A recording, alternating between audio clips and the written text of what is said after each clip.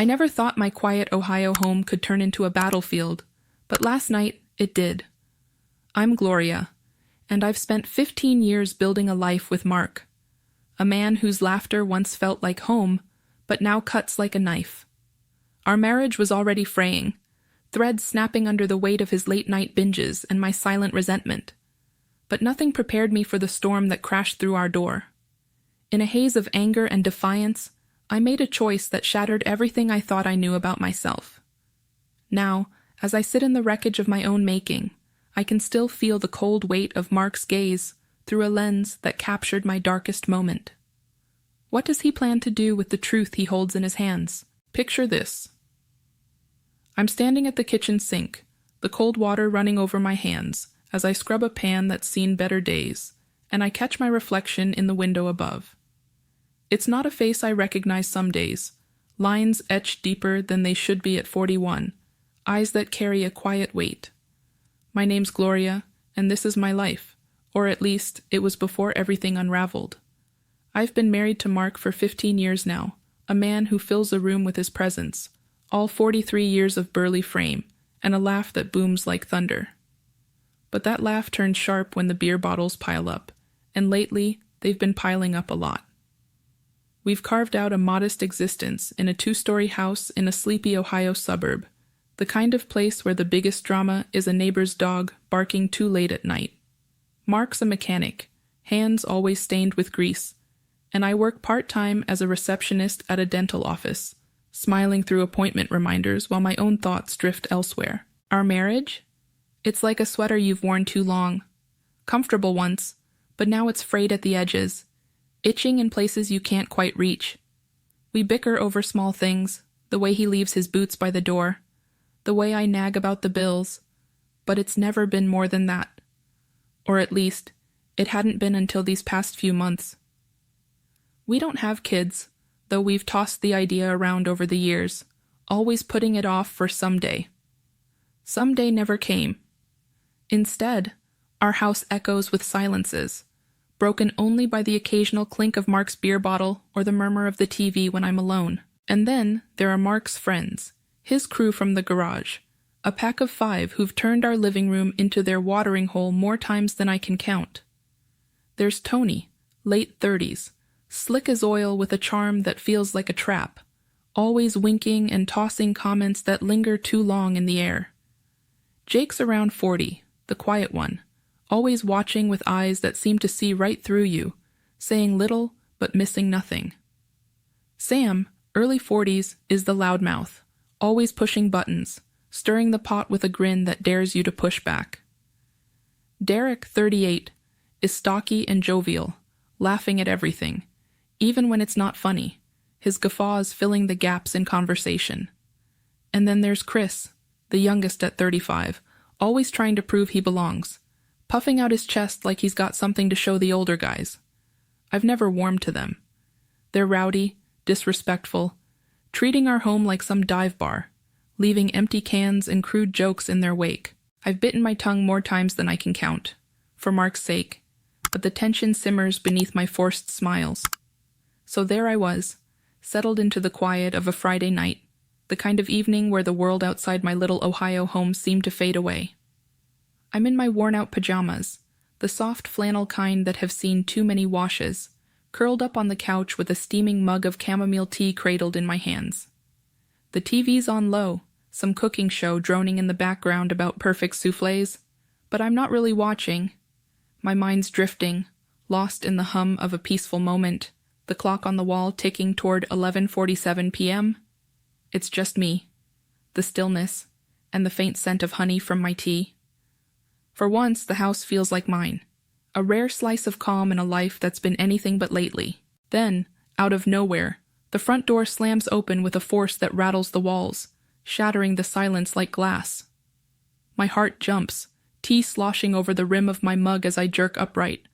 Before I can even process what's happening, I hear it. Mark's slurred, booming laughter echoing down the hallway, followed by a chorus of rowdy voices and the heavy thud of boots stomping through my once quiet space. I know that sound, that reckless energy. It's not just Mark. It's all of them. My stomach tightens as I set the mug down on the coffee table, already feeling the irritation prickling under my skin. He's been pulling this kind of stunt more and more, coming home late, half in the bag, with no regard for me or my plans. But tonight, this late, I'm not in the mood. I'm on my feet by the time they stumble into the living room, a pack of overgrown boys who've clearly had one too many.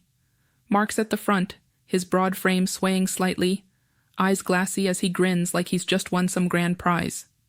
Behind him are Tony, Jake, Sam, Derek, and Chris, the whole garage crew, each one louder and messier than the last.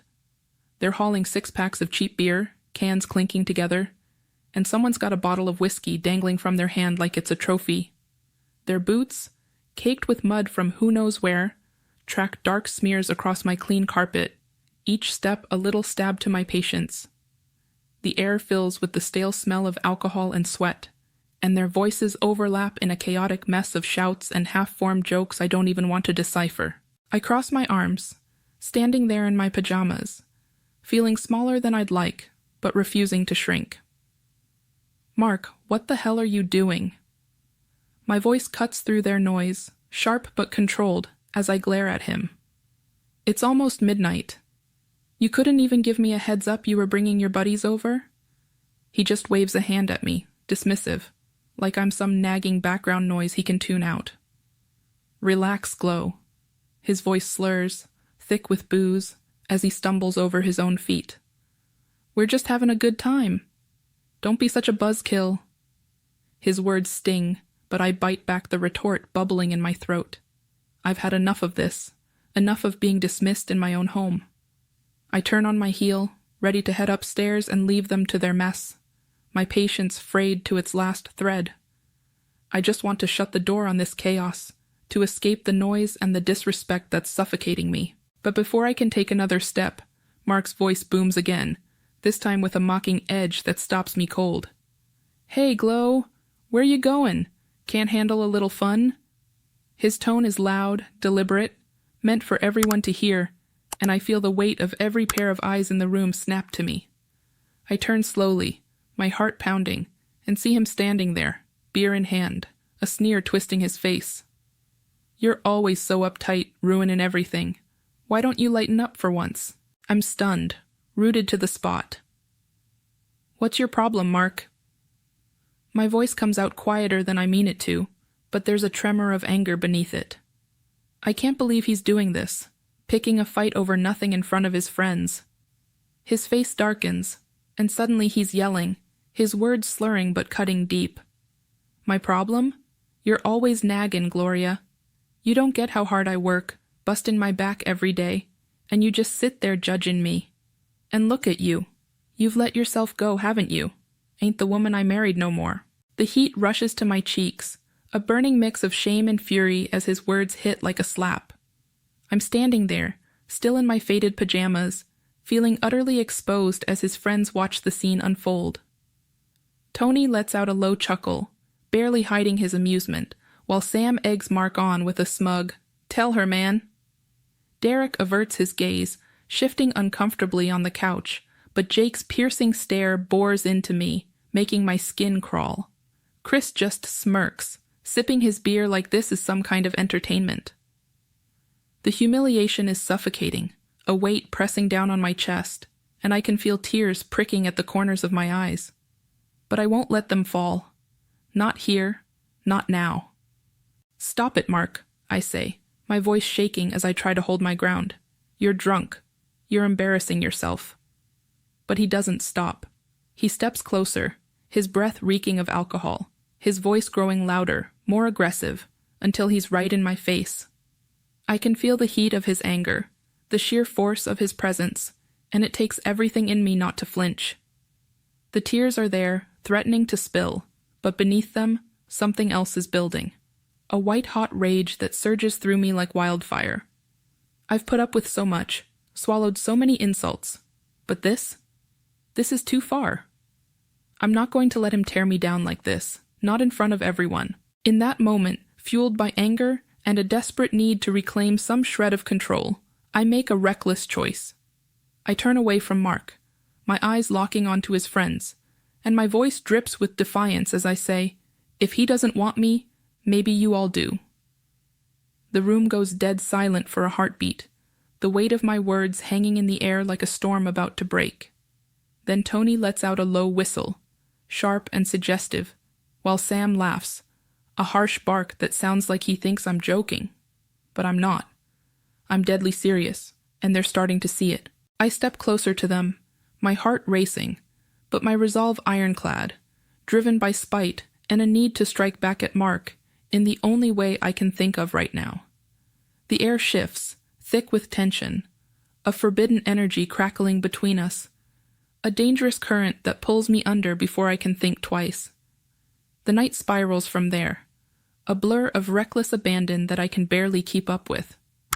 I'm caught in a whirlwind of raw emotion and physicality, my mind hazy as I let myself go, driven by a need to prove something, to Mark, to myself, to anyone watching. The living room becomes a chaotic haze of laughter, clinking cans, and the heavy thrum of music someone cranked up on a phone speaker. The air is thick with the scent of beer, and something wilder, something untamed that I can't quite name. My senses are dulled, overwhelmed, as I move through the crowd of Mark's friends, each moment more daring than the last. A dance of defiance that teeters on the edge of something I can't take back. I'm only vaguely aware of the space around me, the worn couch cushions sinking under weight, the flicker of the TV casting shadows on the walls, the sticky floor beneath my bare feet. It's like I'm outside myself, watching this unfold, a part of me screaming to stop while another part pushes harder, deeper into the chaos. But then, through the fog of it all, something cuts through the haze like a knife. I catch a glimpse of Mark. My breath catches, and for a moment, I freeze, my heart slamming against my ribcage so hard I think it might break through. He's standing in the corner of the living room, half hidden in the dim light filtering through the blinds, his broad frame a dark silhouette against the wall. I can barely make out his face, but I see enough. His expression is unreadable, a mask of shadow and stillness that sends a shiver racing down my spine. In his hand, his phone is raised, the screen glowing like a cold, unblinking eye. He's recording. He's capturing every reckless, raw moment of this night, every move I make, every boundary I cross in this storm of spite and desperation. My stomach churns as the realization hits me like a wave, sickening and cold. This isn't shock on his face. It's not anger or betrayal, not the reaction I expected or even hoped for in some twisted way. It's something else, something calculated, detached, like he's a scientist observing an experiment gone wrong. He's not stepping in, not yelling, not doing anything to stop this. He's just watching, filming, documenting. I feel the weight of his gaze through that camera lens, even from across the room. Our eyes meet for a split second, and it's like the air is sucked out of the space between us. There's no warmth there, no emotion I can grasp, just a chilling void that makes my skin crawl.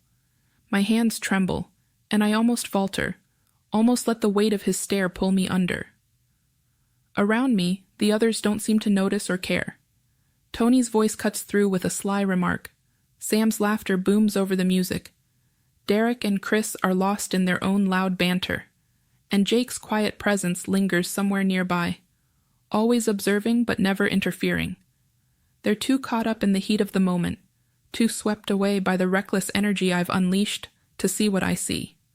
But I feel it, that icy dread creeping up my spine, wrapping around my chest, making it hard to breathe. Mark's silence is louder than any shout, heavier than any insult he's ever thrown at me. What is he planning? Why isn't he stopping this? Why is he just standing there, holding that phone like it's a weapon he's waiting to use? My mind is a battlefield, torn between two raging impulses. Part of me wants to scream at him, to storm across the room and rip that phone from his hands, smash it against the wall until the glowing screen shatters into 1,000 pieces. I want to demand answers, to shake him until he snaps out of whatever this cold, eerie trance is. But another part of me, the part that's already gone too far, that's committed to this act of defiance with every fiber of my being, won't let me stop. I've crossed a line tonight, and there's no... It's around 4 a.m. now, and the house feels like a battlefield after the war's been lost. The living room is a disaster. Empty beer cans scattered across the floor, some crushed underfoot, others rolling lazily against the baseboards. The air still reeks of stale alcohol and sweat, a lingering reminder of the chaos that unfolded just hours ago. The TV's off, the music's gone silent, and the only sound is the faint hum of the refrigerator from the kitchen down the hall. Mark and I are the only ones left. His friends cleared out sometime in the early hours, their laughter fading into the night as they stumbled to their trucks, leaving behind this mess and the wreckage of something much deeper. I'm sitting on the edge of the couch, my hands clasped tight in my lap, fingers digging into my palms as if that'll anchor me somehow. Mark's across the room, slouched in the armchair, staring at the wall like it holds some answer I can't see. The silence between us is suffocating, a heavy fog that presses down on my chest, making every breath feel like a struggle. I can't take it anymore. My throat feels raw, scraped from the shouting earlier and the weight of everything I've held back since I saw that phone in his hand. My voice comes out hoarse, barely above a whisper, but it cuts through the quiet like a blade. Why did you record it, Mark? What are you planning to do with that video? I force myself to look at him, to meet his gaze, even though every part of me wants to shrink away. His eyes are bloodshot, rimmed with exhaustion, but there's an eerie calm in them, a stillness that sends a chill skittering down my spine. He doesn't flinch, doesn't hesitate. He just leans forward slightly, elbows on his knees, and fixes me with a look that feels like it's peeling back every layer of me. I've got everything I need now, Gloria, he says, his voice low and steady, almost detached. You just gave me the perfect way out.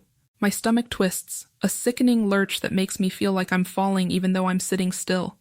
Confusion claws at my mind, tangling with a growing dread that I can't shake. What are you talking about? I manage to ask, though my voice trembles now, betraying the panic bubbling under the surface. He doesn't blink, doesn't soften. He just keeps talking, his tone chillingly matter-of-fact, like he's discussing the weather or a bill that needs paying. I've been wanting a divorce for months, Glo. Been looking for a way to walk away without looking like the bad guy. Didn't have a good enough reason, until tonight. Now, with this video, I've got proof. Proof of what you did, how far you went. I can leave clean, maybe even take half of everything we've got while I'm at it. The words hit me like a punch, knocking the air from my lungs. It's like the floor has dropped out from under me, leaving me dangling over an abyss with nothing to grab onto. My mind reels, replaying every moment of the night. The reckless choices, the defiance that burned through me, the way I let myself spiral out of control in a haze of anger and spite. I thought I was striking back, taking some kind of power for myself, but now I see it for what it was. He didn't just stand there passively, watching through that cold lens. He orchestrated this. He let me dig my own grave, step by step, while he captured every damning second. He knew I'd snap under the weight of his insults, knew I'd pushed too far, and he was ready, phone in hand, to turn my lowest moment into his escape plan. The realization is a bitter, jagged thing, slicing through me until I'm raw and bleeding inside. Anger surges first, hot and fierce, burning through the shock. How could he do this? How could he manipulate me so coldly, use my pain as a weapon against me? I want to scream at him, to claw at the smug certainty in his voice, to make him feel even. It's the next day, and I'm sitting at the kitchen table, staring at a cold cup of coffee that's been untouched for over an hour. The house is eerily quiet, a stark contrast to the storm that raged through it just last night. The silence feels like a heavy blanket, smothering me, pressing down on my chest until it's hard to draw a full breath. I can still smell the lingering traces of beer in the air, mixed with something sharper, something bitter. Regret, maybe. It clings to everything, seeping into the walls of this two-story home that once felt like a sanctuary. Now, it's just a hollow shell, echoing with memories I wish I could erase. The living room down the hall is still a mess, cans and debris scattered like the aftermath of a war I didn't mean to start. But it's not just the physical mess that weighs on me. It's the knowledge, gnawing at the edges of my mind, that Mark holds a weapon far more dangerous than any insult he's ever hurled at me. That video, those moments captured in the harsh glow of his phone screen, a digital noose he can tighten around my neck whenever he chooses. I can almost see it playing in my head, every reckless second, every boundary I shattered in a haze of anger and desperation. It's a blade hanging over me, and I don't know when or if he'll let it fall. I wrap my hands around the coffee mug, not for warmth, but for something to hold on to, something to keep my trembling fingers still. I made a terrible mistake last night. I let my fury blind me, let it drive me to a place I never thought I'd go. I wanted to hurt him, to take back some sliver of control after he tore me down in front of everyone. But in doing so, I handed him the perfect ammunition to destroy me. And yet, as much as I hate myself for what I did, I can't ignore the depth of his betrayal. He didn't just record me in my lowest moment. He planned for it, waited for me to fall so he could use it as his ticket out. He admitted it himself, months of wanting a divorce, looking for a way to walk away without the blame. I was just the pawn in his game, my pain a convenient stepping stone. The thought twists in my gut, a mix of shame and rage that I don't know how to untangle. We're both guilty of breaking something here, something that might never be repaired, but I'm not going to let him control the story. I can't. If I sit here, paralyzed by fear of what he might do with that footage, I'll lose whatever's left of myself. I push the mug away and stand, my legs shaky, but my resolve hardening with every breath. I need to act, to do something before this spiral drags me under completely. I grab my phone from the counter, scrolling through my contacts until I find the name of an old friend, Lila, who's been a lawyer for years. My thumb hovers over the call button for a moment, doubt creeping in. What if she judges me? What if she can't help? But I shake it off. I have to try. I hit call, and as the line rings, my heart pounds in my throat. When she picks up, her voice is warm, familiar, a lifeline in this storm. I don't waste time on small talk. I tell her I'm in trouble, that there's a recording of something I did, something I'm not proud of, and that Mark might use it against me in a divorce. I keep the details vague, my words careful, but she gets the gist. Her tone shifts to professional concern, and she tells me to come see her as soon as I can. She mentions things like legal protections, damage control, maybe even a restraining order if it comes to that. She warns me that if the video gets out, public humiliation might be unavoidable, but she promises to fight for me. I hang up feeling a flicker of hope, fragile but real. At least I'm not just sitting here, waiting for the axe to fall. But staying in this house, surrounded by the ghosts of last night. Don't forget to subscribe, like, and comment if you enjoyed this story. This will help us create more engaging stories for you.